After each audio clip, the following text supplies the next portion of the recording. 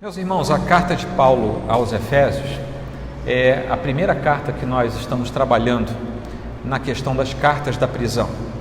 Paulo não pregou, não escreveu apenas essas que nós vamos trabalhar a partir da prisão, mas outras cartas são catalogadas de outra maneira. Por exemplo,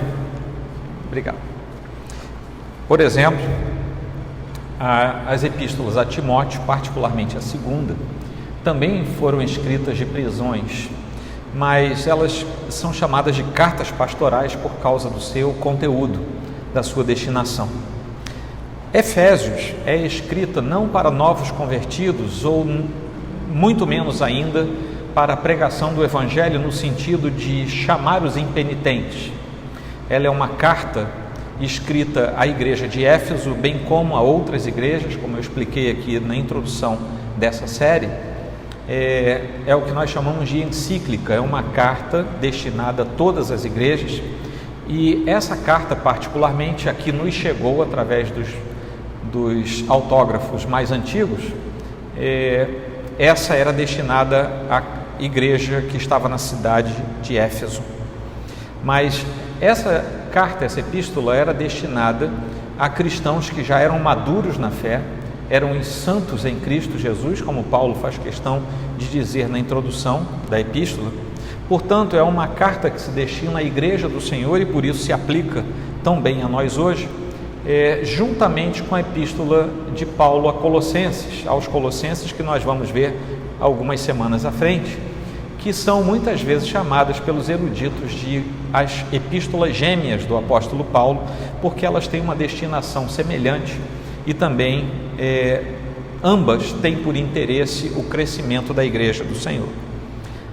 A epístola aos Efésios é dividida em duas partes, uma que vai até o capítulo 3 e outra que vai a partir do capítulo 4 até o 6º, e com isso termina.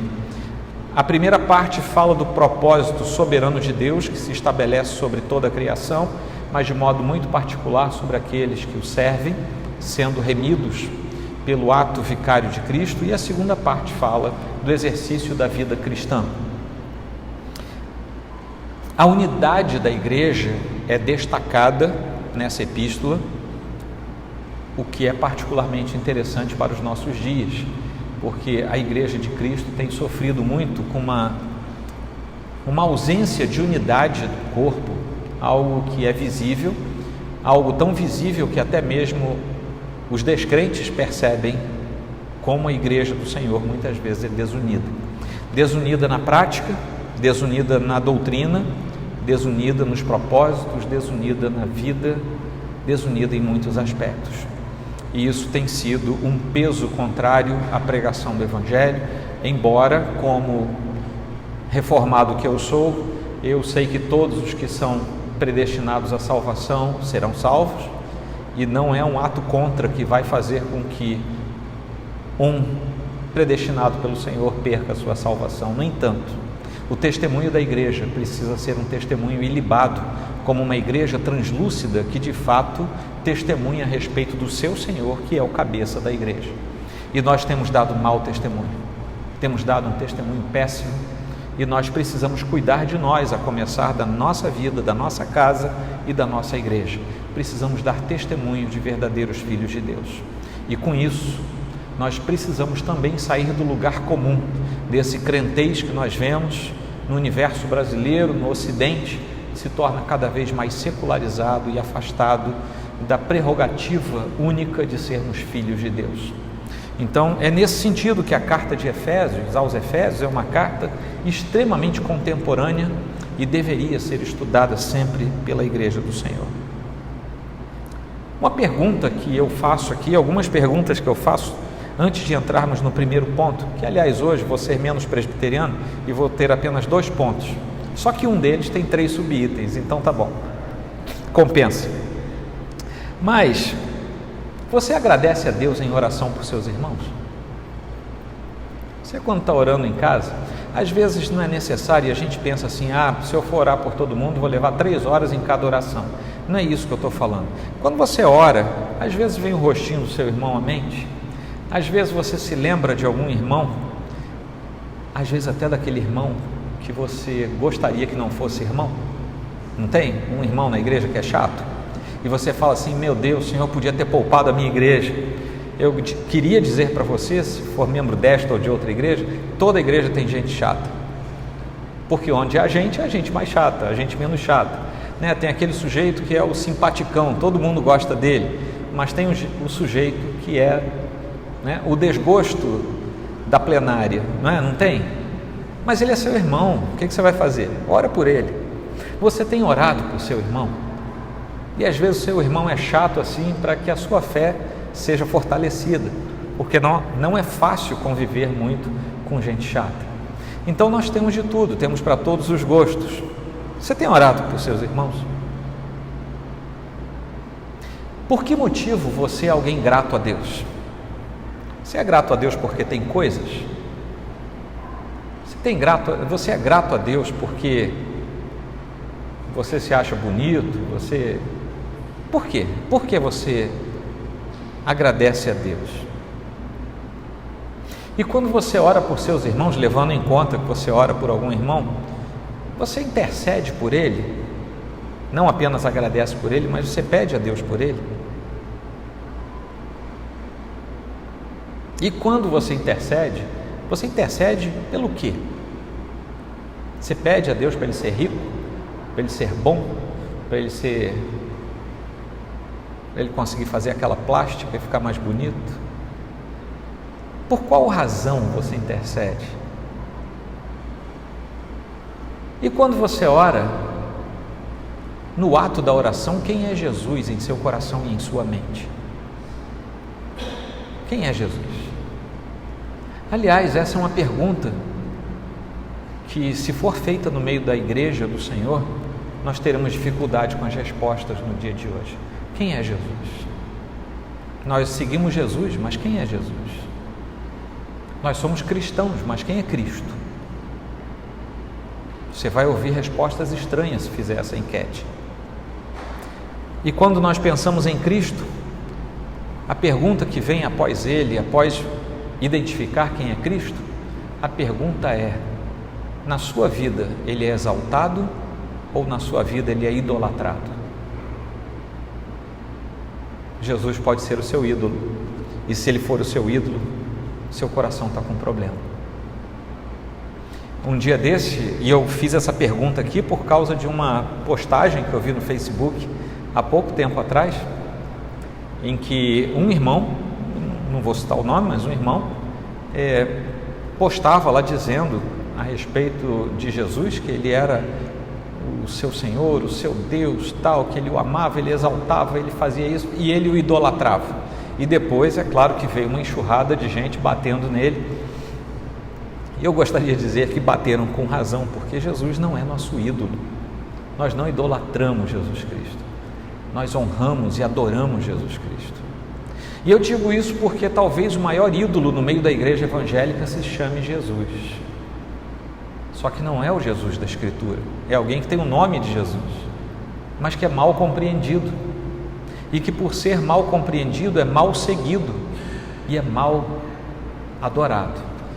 E adorar qualquer coisa que não seja apenas o Senhor da Escritura é idolatria, mesmo que tenha o mesmo nome do Senhor da Escritura.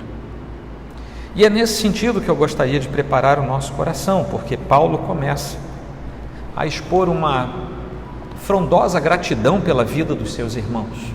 E isso vai até o versículo 19 que eu li com vocês. E ele começa dizendo assim: por isso, lembrando que o apóstolo Paulo estava preso em Roma. Nesse episódio ele estava preso em Roma, a muitos quilômetros de distância da região de Éfeso. Os cristãos, portanto, os seus irmãos aos quais ele dirigia essa carta, estavam muito longe dele. O entorno de Éfeso era longe, né? O diâmetro geográfico não chegava perto de Roma, e ainda assim Paulo recebia sistematicamente relatórios a respeito da igreja de Éfeso.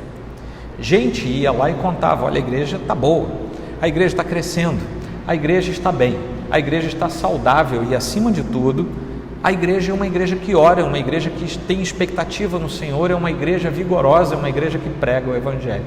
A igreja de Éfeso era uma igreja, nessa altura do campeonato, uma igreja exemplar na região em que ela estava. Havia vários anos que ele não via os irmãos daquela igreja, não tinha possibilidade de ir até aquela congregação, mas os relatórios que ele recebia aqueciam o coração do apóstolo que estava na prisão, e o seu coração transbordava de alegria, e por isso mesmo ele tinha gratidão, louvor e ação de graças, conforme escrevia para a igreja de Éfeso, e aquilo se tornava cada vez mais evidente conforme nós nos aprofundamos na leitura de uma carta. Vamos lembrar que esse texto de Efésios inteiro era lido de uma vez só, porque isso era uma carta. Nós aqui estamos dividindo por efeito didático aqui dos nossos sermões, mas conforme avançamos na leitura nós vamos perceber que ele também se aprofundava na gratidão, no louvor e na ação de graças pelos irmãos. Acontece que o apóstolo Paulo não estava animado com a igreja, porque aquela igreja era a maior igreja da região. Ele não estava animado porque a arrecadação da igreja aumentava. Não estava animado porque aquela igreja era muito influente na sua região e ela era mais importante que as outras igrejas. Ele não estava animado porque uma porta se abriu para Paulo falar publicamente e ele agora podia vender ingressos para falar num teatro de cima de um palanque como se fosse um talk show. Ele não estava animado porque agora estava ficando rico falando para as pessoas que pagavam para ouvi-lo falar, enquanto ele inventava heresias. Paulo não estava nessa vibe. Fui moderno agora, né? Não sei nem o que isso quer dizer direito, mas eu vejo a garotada falando, deve ser alguma coisa que pode se dizer. Ele não estava feliz com essas coisas que hoje muitas vezes servem para trazer felicidade a muitas lideranças eclesiásticas. Ele não estava feliz porque o seu nome era um nome tratado como essas crianças que estão por aí agora nos palcos das cidades falando um monte de asneira. Asneira você sabe o que é, né? Aquilo que o asno fala, isso é uma asneira.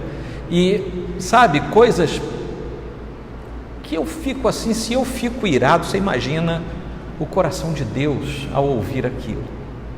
Você é tão justo quanto Deus, não precisa ficar envergonhado diante de Deus. Você é justo, sabe? Daqui a pouco alguém vai dizer que Deus tem vergonha de olhar para a gente porque a gente é melhor do que Deus. Mas Paulo está feliz porque a gratidão que se desperta no seu coração é uma gratidão oriunda das bênçãos enumeradas e das bênçãos descritas até o versículo 14. Se você não estava aqui domingo passado, depois você acessa nos meios eletrônicos, tem aí no boletim, tem os endereços. Você vai ver no sermão da semana passada como Paulo levanta bênçãos que Deus estava derramando e que por essas bênçãos Paulo agora estava extremamente feliz com aquela igreja. É o mesmo Paulo que escreveu para exortar duramente a igreja de Corinto, mas agora escrevendo para a igreja de Éfeso, ele se levanta em louvor e gratidão a Deus pelo que Deus estava fazendo e pelo comportamento da própria igreja. As notícias que lhe chegaram eram notícias alvissareiras e por isso Paulo estava tão feliz. O que ele ouve e o deixa muito feliz é que os cristãos estavam demonstrando fé e demonstrando amor. Essa é a temática principal daquilo que Paulo ouve, e isso emociona e faz dar graças a Deus por causa daqueles irmãos. É isso que toca o coração do apóstolo, é isso que o leva à gratidão a Deus. Que a fé e o amor estão enraizados na vida daqueles irmãos da cidade de Éfeso, e eles estão sendo mostrados na vida dos membros daquela congregação.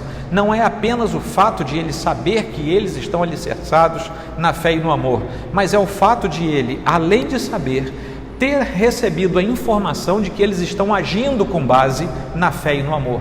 Não basta um crente verdadeiro dizer que crê e que tem o seu coração transformado. Isso se mostra na prática quando ele age em função da sua transformação. Aí você entende por que Tiago depois diz que a fé sem as obras é morta.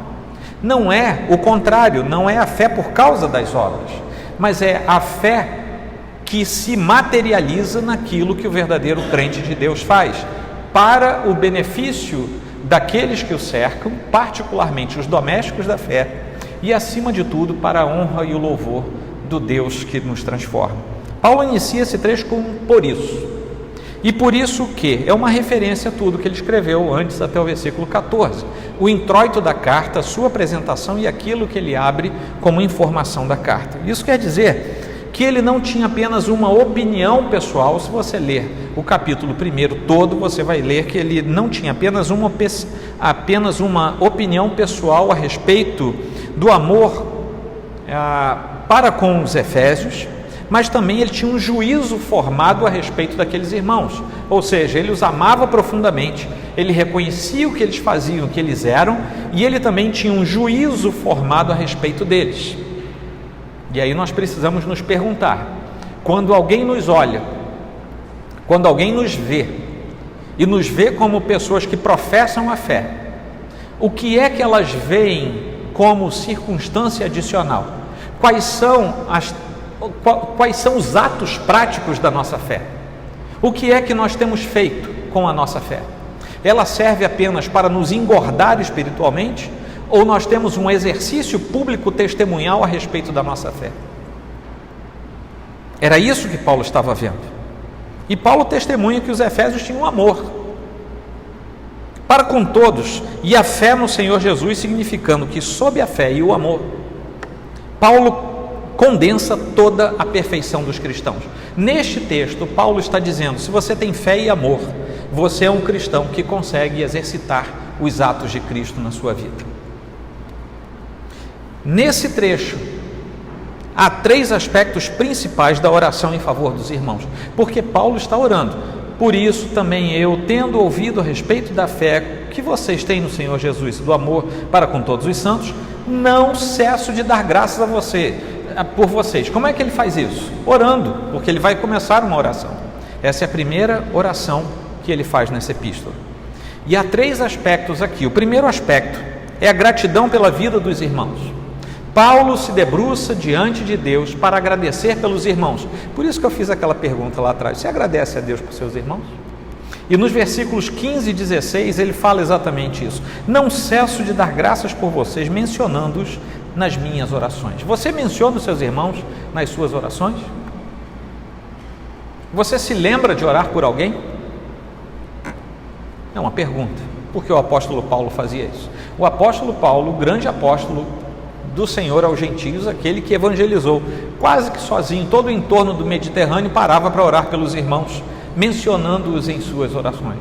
Eu não tenho a mínima ideia, porque o texto não fala disso, se Paulo tinha um caderninho de oração com o nome de todo mundo, ele abriu o olho e via quem era, né? Agora eu vou orar pelo Tiago, agora é pela Andréia. Senhor, eu não sei se ele tinha um caderninho, ou se ele simplesmente ia se lembrando dos irmãos, ou se ele botava todo mundo, né, no pacote. Senhor, os irmãos de Éfeso, olha aquela igreja maravilhosa que testemunha da fé e do amor, olha por aqueles teus filhos. Eu não sei como ele fazia isso, mas eu sei que ele os mencionava em oração a Deus. Isso a Bíblia diz. E isso também tira de nós um peso, que se eu não orar com uma listagem, um caderno na minha mão, Deus não vai atender a oração que eu fizer pelo André. Se eu não mencionar o André, Deus não vai abençoá-lo. Não é isso que Paulo está dizendo. Paulo está dizendo que ele mencionava aqueles irmãos, e de que forma ele fazia, a Bíblia não diz. O fato é que ele orava pelos irmãos. Uns suportam os outros em oração. Uns fazem os outros permanecerem de pé em oração. Por nossa força, pelo poder da nossa oração? Não, porque cabe ao Senhor fazer isso, mas Ele nos ordena que oremos, que sustentemos, que apoiemos uns aos outros. E esse é o nosso dever. O segundo aspecto é que ele clama pela ação da Trindade sobre os irmãos.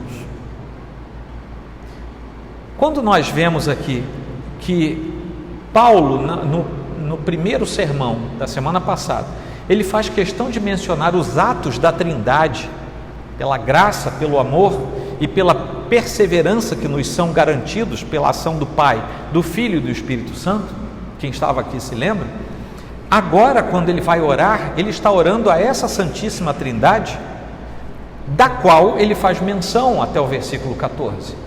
E agora ele está clamando pela ação da Trindade sobre os irmãos. A mesma Trindade que os regenerou, a mesma Trindade que os sustenta em amor e em graça e em perseverança, é a Trindade que agora é convocada em oração para suster os irmãos. Esse é o segundo aspecto. E o terceiro aspecto é que ele faz um pedido ao Senhor. Sim, e isso pode ser evidenciado quando chegamos ao versículo 17.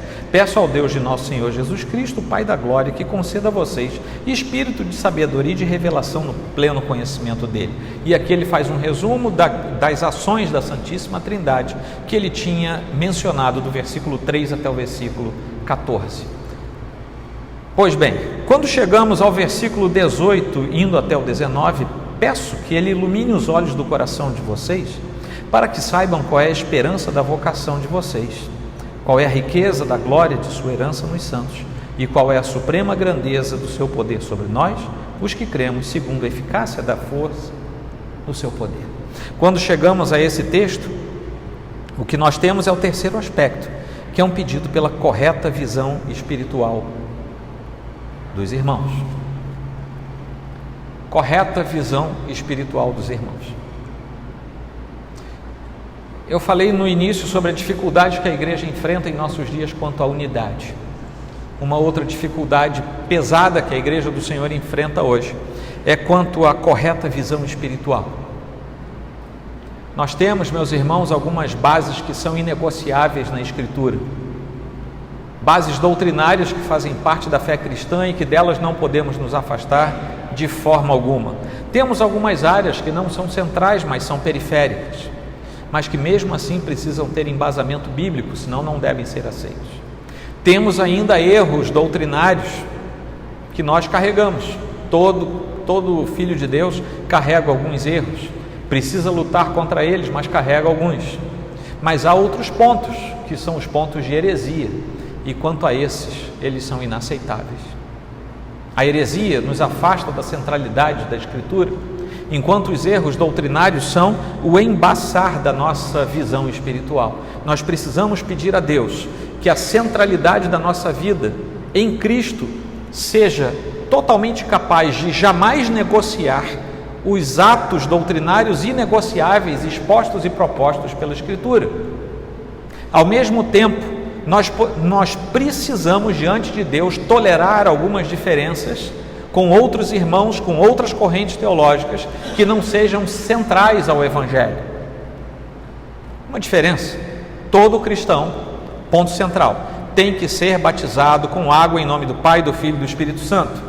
Ponto periférico: se vai mergulhar todo, se vai botar água na cabeça, isso é periférico. Tem muita gente que transforma o periférico em central, aí está à beira de um erro grave.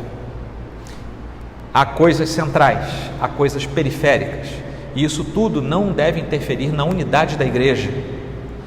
Isso faz parte da nossa caminhada. Há irmãos que pensam diferente nos pontos periféricos e nem por isso deixam de ser nossos irmãos.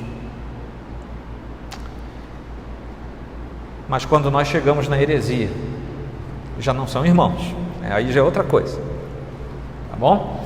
Quando nós temos erros doutrinários, não aquela diferença tolerável, mas quando nós temos erros doutrinários, a visão está embaçada e nós precisamos pedir ao Senhor clareza na visão espiritual da igreja do Senhor, para que ela ande bem, para que ela seja una, para que ela seja católica na acepção da pessoa, na sua universalidade de aplicação. E aí chegamos ao segundo ponto. Entre os versículos 20 e 23, Paulo nos fala a respeito da gratidão, que aponta para um Cristo exaltado.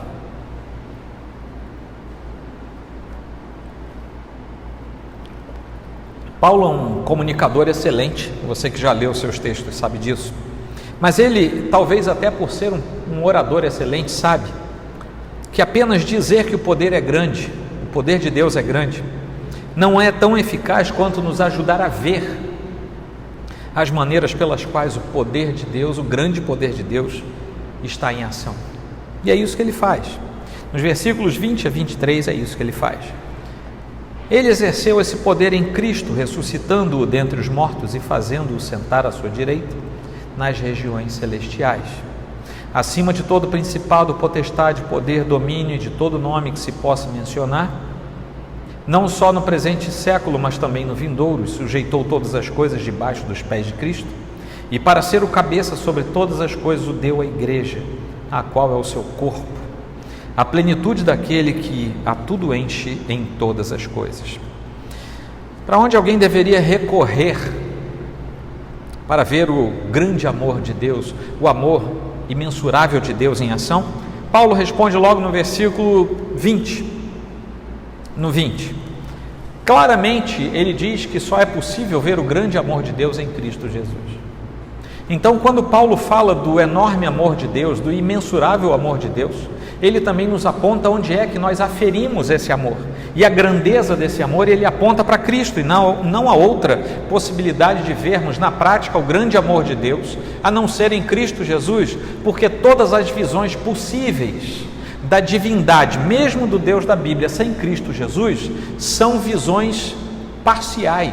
Nós olhamos a natureza e vemos uma visão parcial de Deus. Apenas há uma forma de vermos a visão completa de Deus e de sua bondade, é quando olhamos para Cristo Jesus e este morto, ressurreto e glorificado, porque somente nele temos a expressão do Pai. É por isso que Jesus disse, quando perguntaram a ele, poxa, não dá para a gente ver o Pai? E ele falou, vocês estão vendo a mim, quando vocês veem a mim, vocês veem ao Pai. É por isso, e quando ele se torna, por causa do exercício da sua entrega vicária, quando ele se torna o detentor de todo o governo por autoridade conquistada, e não por autoridade apenas de criação, quando ele se torna detentor de tudo, ele passa a ser a expressão visível única do Deus que nos amou e que enviou seu Filho unigênito por nós. O verso 19 faz uma abertura sobre isso ao falar. E qual é a suprema grandeza do seu poder sobre nós, os que cremos, segundo a eficácia do seu poder? Onde é que isso ocorre? É lá no versículo 20, em Cristo. Essa é a resposta.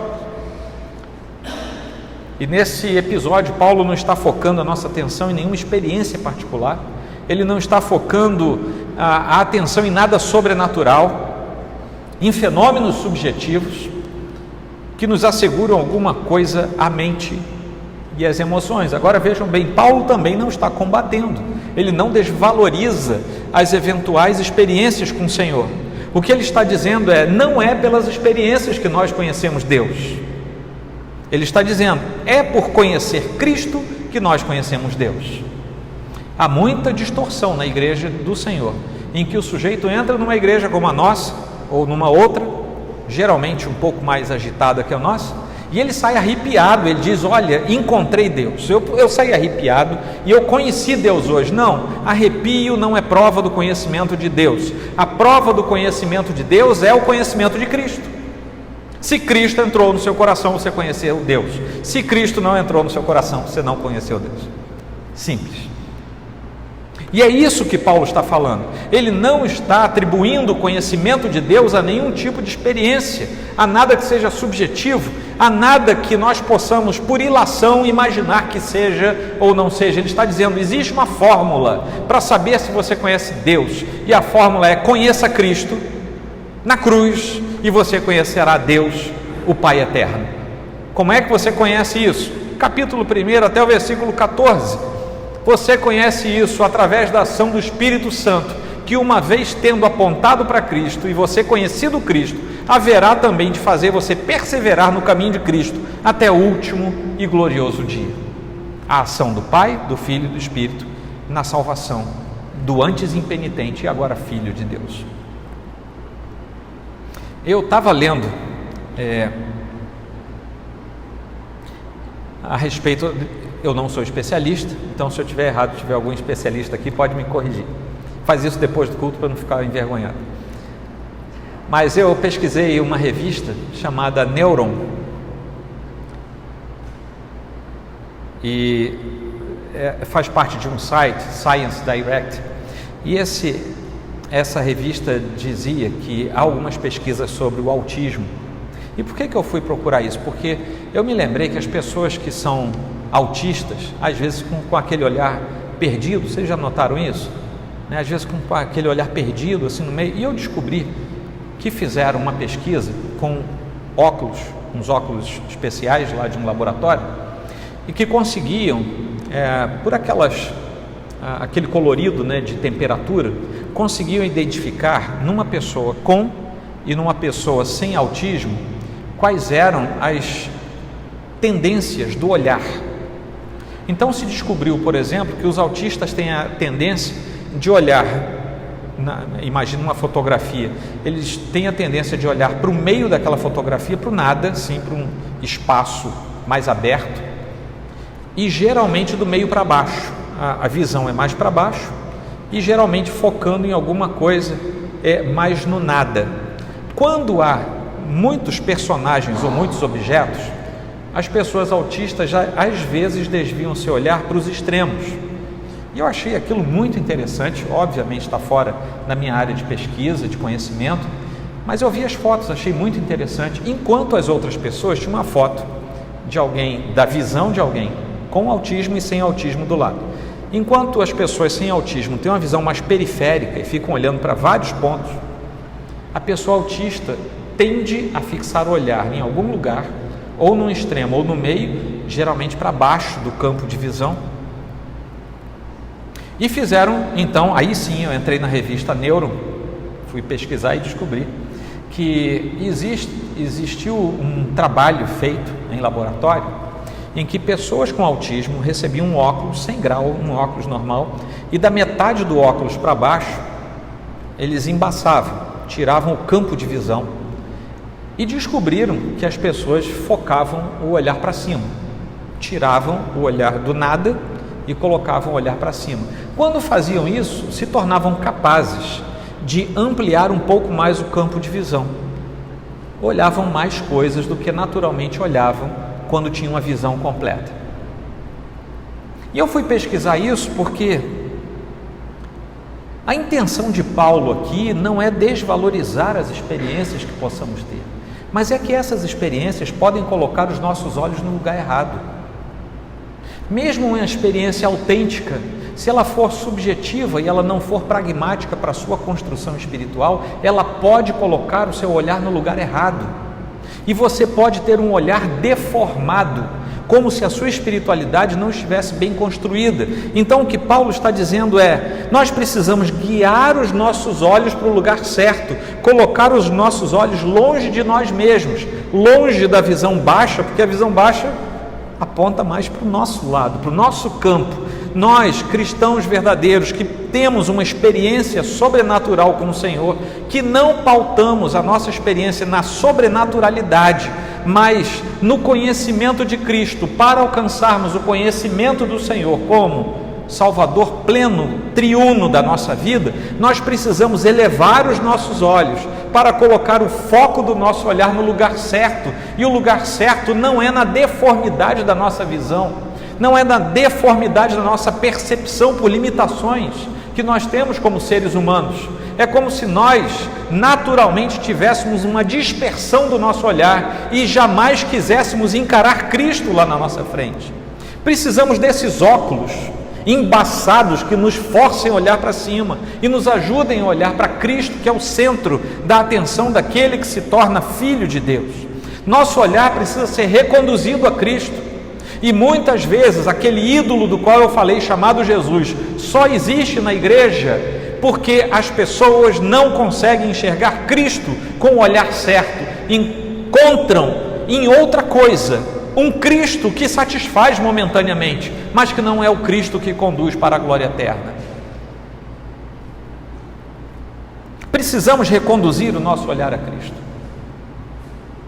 Meus irmãos, neste exato momento, são 20 horas e 22 minutos na cidade maravilhosa de São Sebastião do Rio de Janeiro. Vão dizer por aí que eu sou idólatra, né? Chamei de São Sebastião. E na igreja de São Cristóvão, meu Deus, estamos perdidos, estamos lascados hoje aqui, né? Isso foi um debate essa semana. Um pastor amigo meu foi dizer que gostava, sei lá, da cidade maravilhosa de São Sebastião do Rio de Janeiro, e foi acusado de idólatra. Mas, meus irmãos, neste exato momento, 20 horas e 23 minutos, nesta nossa cidade, sem falar o resto do mundo, há milhares de pessoas, como gado sendo levado para o matadouro, atrás de vozes humanas, atrás de doutrinas de homens, atrás de carnalidades, atrás de gente pecadora que se investe do título de pastor, de apóstolo, de mestre, seja lá do que for, sacerdote, semideus, semi-arcanjo, tem de tudo, tem patriarca, tem tudo agora aqui. Gente que se investe de uma autoridade que não é dele, gente que trabalha num nível experiencial, que faz gente chorar e gemer, multidões que andam derramando tudo que tem, das suas emoções, dos seus recursos, dos seus bens, da sua família, destroem tudo para construir impérios de homens que não tem nada a ver com o reino de Deus. Neste exato momento, era melhor se na nossa cidade tivéssemos dezenas e centenas de pequenas igrejas como esta, apenas ouvindo a boa e santa palavra de Deus.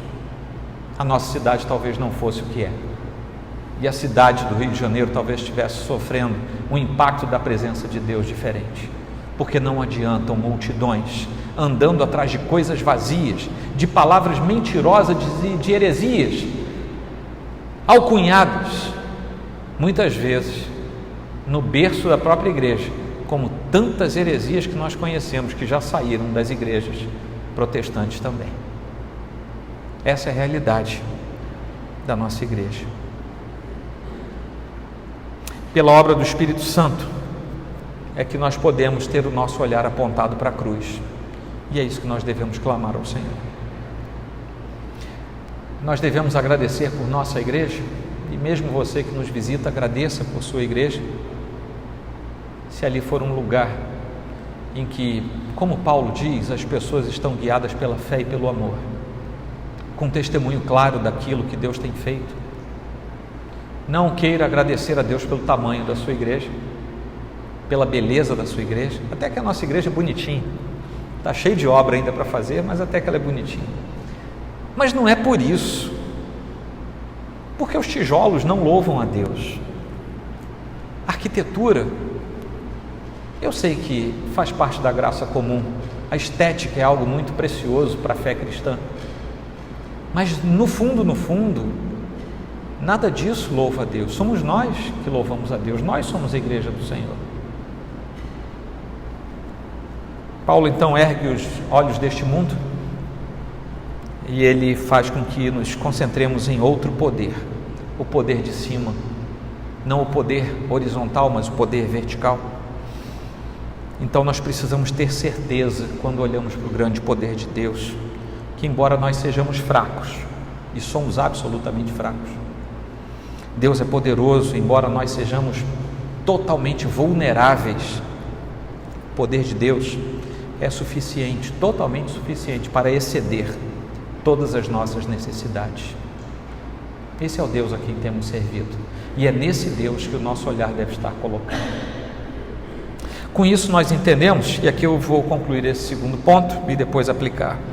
Nós entendemos que Cristo está exaltado, acima de tudo e de todos, por 3 razões. Ele é exaltado acima da morte. Versículo 20 fala disso.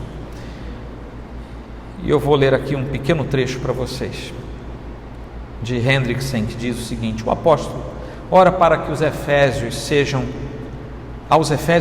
dados olhos de esclarecimento, a fim de que possam ver e discernir, que para que se faça possível a transformação de sua sólida esperança em gloriosa realização, de modo que recebam sua plena herança, Deus tem à sua disposição um poder tão grandioso, como o que demonstrou quando levantou seu filho dentre os mortos e o fez sentar-se à sua destra. Eu li esse trecho porque ele é extremamente pertinente. O que ele diz aqui para nós é que o poder pelo qual Paulo clama para o benefício dos irmãos de Éfeso é o mesmo poder, sem nada menos do que o total poder de Deus, capaz de levantar o seu próprio filho dentre os mortos e elevá-lo até a posição da sua própria destra. Eu não sei se você parou para pensar nisso, mas o poder de Deus manifestado no ato vicário de Cristo, é o mesmo poder que transforma o seu coração. Ele também diz que ele está exaltado acima de toda potestade. Versículos 21 e o comecinho do 22, quando ele completa: e sujeitou todas as coisas debaixo dos pés de Cristo. Essa passagem tem uma relação muito forte, muito intensa com Colossenses 1,16, que diz assim: pois nele foram criadas todas as coisas, nos céus e sobre a terra, as visíveis e as invisíveis, sejam tronos, sejam soberanias, quer principados, quer potestades. Tudo foi criado por meio dele e para ele. E logo em seguida, em Colossenses ainda 2,10, ele diz assim: também nele vocês receberam a plenitude, ele é o cabeça de todo principado e potestade. E com isso, Paulo comprova que a enumeração de poderes acima dos quais Deus o Filho, Cristo tem a sua preeminência, mostra que se refere ao mundo espiritual e não apenas aquilo que nós vemos. É por isso que as experiências precisam estar sujeitadas aos atos de Cristo. Elas não falam por si mesmas, elas só têm sentido se Cristo estiver antes. Não adianta você querer ter uma experiência que seja a mais contundente se Cristo não tiver operado antes, porque qualquer experiência que venha apenas a nível sensorial poderá enganar você. É por isso que Cristo tem que estar antes. Efésios 3,10, Efésios 6 vão nos mostrar como Cristo está acima de todo principado e de toda potestade. Terceiro, ele é exaltado acima da igreja. E aqui é que pega, porque tem muita igreja que acha que está acima de Cristo. Uma parte considerável daquilo que hoje se chama igreja acha que manda mais do que Cristo. E nós temos que ter cuidado, porque nós somos tão gente quanto essas pessoas. O pecado continua batendo a porta do nosso coração, e nós podemos ser tentados um dia a achar que somos mais do que ele. Nós temos que ter cuidado. Deste-lhe domínio sobre as obras de tua mão, e sob seus pés tudo lhe puseste. Salmo 8, versículo 6. A partir daí, nós temos uma noção daquilo que Paulo fala quando assegura que ao Senhor Jesus Cristo todo domínio lhe foi dado, as coisas vivas ou não, da terra ou do cosmo, todas as coisas estão sujeitas ao Senhor, e tudo está debaixo do seu domínio e do seu governo. Ele é a cabeça e a igreja é o corpo. Ele é a cabeça sobre todas as coisas, e isso inclui a igreja. Nós não podemos nos arvorar o direito de querermos ser mais do que a cabeça. A mão não pode querer ser mais do que a cabeça, o pé não pode querer ser mais do que a cabeça, a igreja não pode querer ser mais do que Cristo, porque ele é a cabeça e nós somos corpo, nós estamos abaixo dele. Ele é quem nos governa, ele é quem nos dirige, e nós somos comandados pela cabeça. É o nosso cérebro que comanda todo o nosso corpo. Cristo comanda toda a igreja. Já que a igreja é o corpo de Cristo, essa é a ideia de Paulo, com a qual ele está organicamente unido, ou seja, está totalmente conectado. A igreja é a sequência física de Cristo, que é a cabeça. Nós temos que entender que o amor de Cristo pela igreja é tão grande, é tão imenso, que ele faz uso do seu poder infinito e imenso para que o universo inteiro, preste atenção, você que é a igreja de Cristo, você que é a verdadeira igreja de Cristo, Cristo, por estar unido à sua igreja, sendo ele a cabeça e nós o corpo, ele faz com que o seu total poder arbitre que no universo todas as coisas, tudo que há no universo, coopere em benefício da igreja, mesmo quando nós não percebermos isso na clareza dos nossos olhos. Mesmo quando as coisas não nos parecerem de bom grado, tudo está cooperando para que a igreja do Senhor seja vencedora ao final de todas as coisas. E se você faz parte da igreja, você agora talvez entenda mais, porque todas as coisas cooperam para o bem daqueles que amam a Deus. Por quê? Porque você está dentro da igreja, e por causa do poder de Cristo, que é o cabeça desse corpo chamado igreja, as coisas do universo conspiram por causa da ordem e do poder de Deus em favor da própria igreja. Veja você isso claramente ou não, constate você isso facilmente ou não, inclusive com as coisas que você não gosta muito. Está tudo conspirando a favor da igreja. Se você está na igreja, descanse, porque tudo conspira a seu favor, mesmo quando as coisas parecem perdidas. Elas não estão, porque o Senhor continua sentado onde? Em seu alto e sublime trono. Eu repito isso a toda hora aqui na igreja, né? O Senhor continua sentado em seu alto e sublime trono, e dali governa não só a igreja, como todo o cosmos. Amém? Vamos aplicar.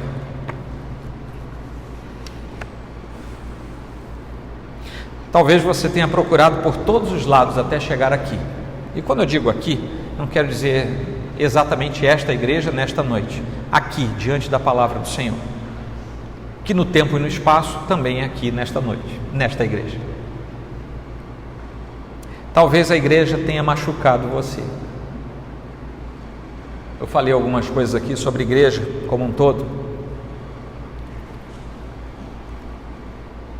e talvez porque você tenha sido machucado na caminhada da igreja, você esteja relutante em ser igreja novamente. Vou contar um segredo a vocês. Vocês querem ouvir o segredo de um pastor? Querem? Eu já fui muito machucado em igreja. Minha família já foi muito machucada em igreja. E se eu pedir aqui, todo mundo vai levantar a mão e vai dizer: eu já fui machucado em igreja.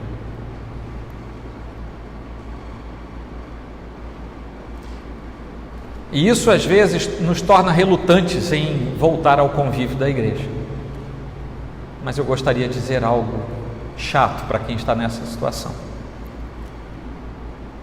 Voltar a Jesus, a comunhão com Jesus, prescinde voltar à igreja, porque a igreja é a expressão visível do corpo de Cristo. Eu sei que tem uma moda bacana hoje, o sujeito fica em casa vendo televisão.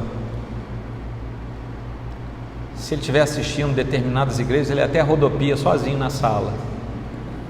Ele faz tudo que está lá. Eu já contei para vocês que uma vez eu e o Roberto fomos fazer uma visita, os irmãos tinham 2 cálicezinhos de ceia, e no dia que a igreja transmitia a ceia, lembra disso? Eles botavam 2 cálicezinhos, 2 pãezinhos em frente à televisão, que eles não iam à igreja, e na hora lá o pastor orava, eles oravam juntos, pegavam o cálice como se estivessem lá, comiam e bebiam, eles próprios se ministravam a ceia. Gente, você acha de tudo, gente, talvez fosse gente machucada pela igreja, mas é no meio dessa igreja que muitas vezes nos machuca, que nós somos depurados pelo poder do Senhor. E tem um outro lado: se a igreja machuca você, muito provavelmente você já machucou gente na igreja. Então isso é uma via de mão dupla. Segunda aplicação: Cristo, que é a cabeça do seu corpo, aquele que preenche tudo, preenche a igreja também com a sua presença. E você não tem essa plenitude da presença do Senhor preenchendo a igreja sozinho, porque a igreja é isso aqui, é um ajuntamento. É um santo ajuntamento de gente santa, embora seja gente pecadora. Esse é um paradoxo da nossa caminhada espiritual até o final de tudo. Ocorre que esse mesmo Senhor chama você de volta, e Ele está chamando você de volta hoje.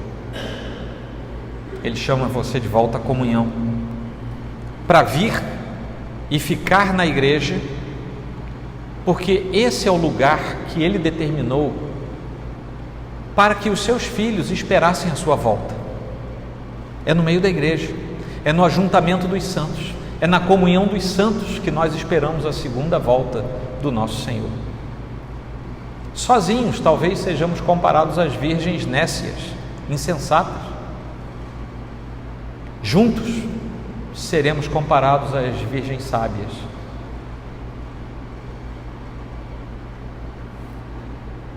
Primeira coisa, talvez você esteja machucado e reticente em voltar ao convívio da igreja. Segunda, o Senhor chama de volta para a igreja, porque esse é o lugar que Ele determinou para a comunhão e para a espera por sua volta. Se você quer, terceiro ponto, se você quer e precisa de Cristo, você também tem que querer e precisar da igreja de Cristo. Para ter cabeça, você precisa ter corpo. Cabeça sem corpo não é muita coisa, e o corpo sem cabeça também não é nada, é um cadáver decepado.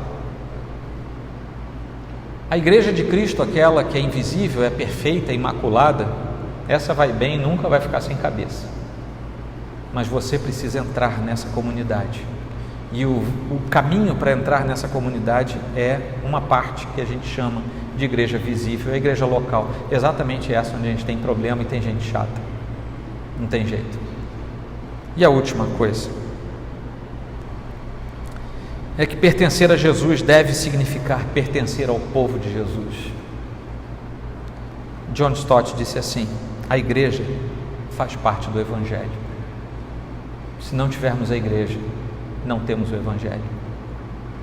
Obviamente eu não estou fazendo aqui uma referência à igreja impedida, a igreja perseguida.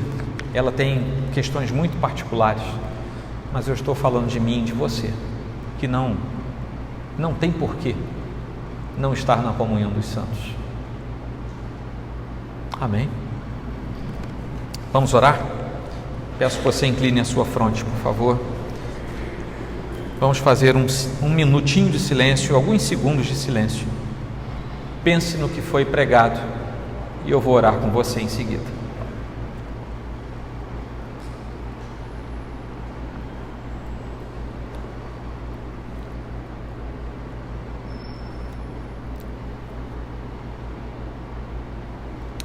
Obrigado, Senhor Deus, por Tua palavra exposta ao nosso coração nesta noite. Que a Tua boa mão nos conduza e nos faça perceber o Teu chamado. É possível, Senhor, que aqui nesta noite haja pessoas que não Te conhecem como Salvador único e pessoal. E eu peço que a Tua palavra, que nos constrange a ver que só em Cristo podemos chegar a Deus, como foi dito, tenha sido o chamado eficaz para o coração do eleito que ainda não Te conhece, e que haja remissão e salvação, que comece a santificação nessa vida para a glória do Senhor. Mas também, Senhor, é possível que nesta noite tenham entrado aqui pessoas em dúvidas, pessoas afastadas do corpo da igreja local, pessoas afastadas do Senhor e talvez com alguma justificativa no seu coração.